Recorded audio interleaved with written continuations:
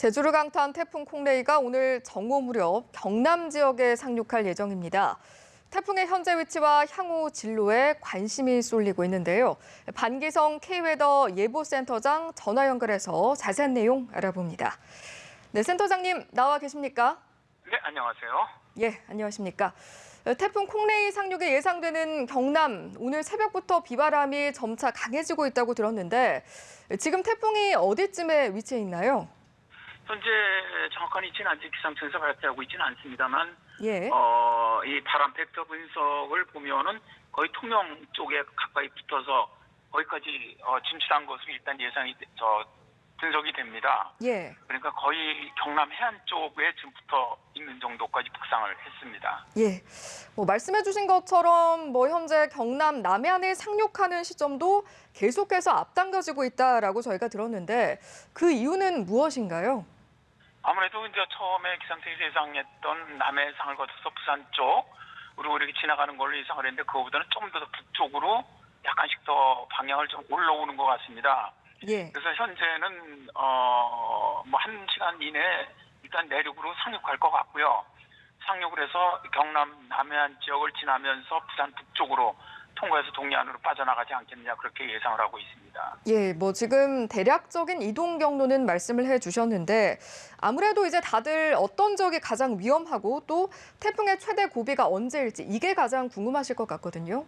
태풍이 이제 지나가는 그 중심 부근이 가장 바람도 강하고 비도 많이 내립니다. 예. 따라서 현재 이제 남해안 쪽으로 1시간 내에 상륙을 해서 부산 쪽으로 이동을 하게 된다면 주로 이제 가장 큰 피해가 있는 게 남해안 쪽, 그다음에 태풍이 이동하는 경로, 부산, 울산 이쪽 지역이 앞으로는 피해가 가장 클 것으로 그렇게 예상이 되고요.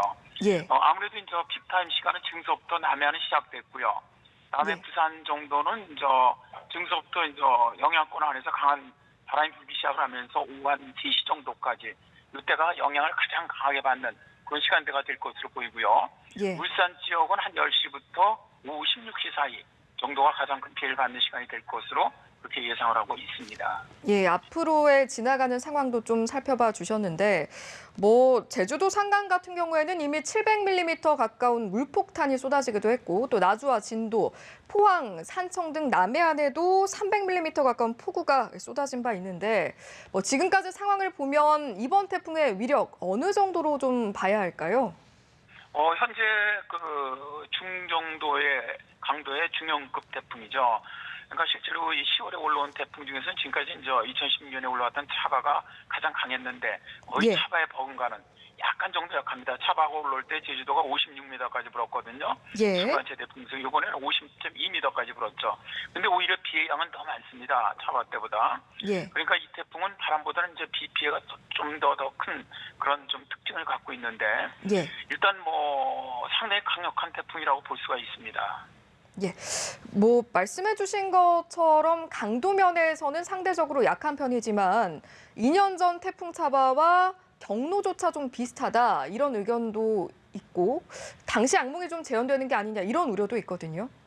네, 그렇습니다. 그 당시 경로와 시기가 상당히 유사하죠. 예. 다만 차바 때보다는 지금 중심기압이 약간 높고 중심 최대 풍속도 약간 작습니다. 그러니까 차바보다 태풍 등급으로 보면 좀 약간 약한 건 사실인데 문제는 실제로 그 중심에서 내리는 비의 양이라든가 바람의 강도가 상당히 예. 강하거든요. 예. 따라서 차바 못지않은 피해가 일단 예상이 되는데 다만 다행스러운 건 차바 때는 이 밀무 시간하고 겹쳤습니다. 예. 그래서 해일 피해가 좀 있었는데 이번엔 밀무 시간하고 겹치지는 않아요. 예. 그래서 약간 다행이긴 한데 그런데 지금 천문조가 이 바다 물결 높이가 가장 높은 때거든요, 우리나라가. 예. 예. 그래서 어쨌든 이 해안 지역은 해일 피해도 예상이 되고 있습니다. 예.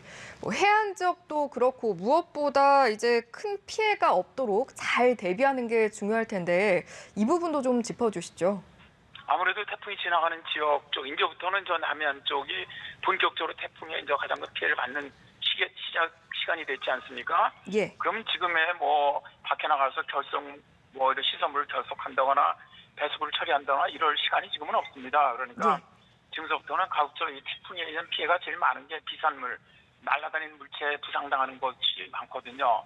예, 그러니까 가급적 외출을 좀 자주 하시면 좋겠고요. 예, 해안이라든가 방파제는 나가지 마시고요. 예. 그다음에 아직까지 만일 유리창 같은 거 테이핑을 안 하셨다면은 좀 단단하게 테이핑해 주시는 것 이런 것도 굉장히 필요하다고 보고요. 좀 전에도 말씀드렸지만 해안 저지대는 침수 또 해일 피해 가능성이 있습니다. 따라서 이 지역에 사시는 주민들은 대피를 갖다가 좀 해주시는 것도 좋은 방법이라고 생각을 합니다. 예, 알겠습니다. 오늘 말씀 여기까지 듣겠습니다.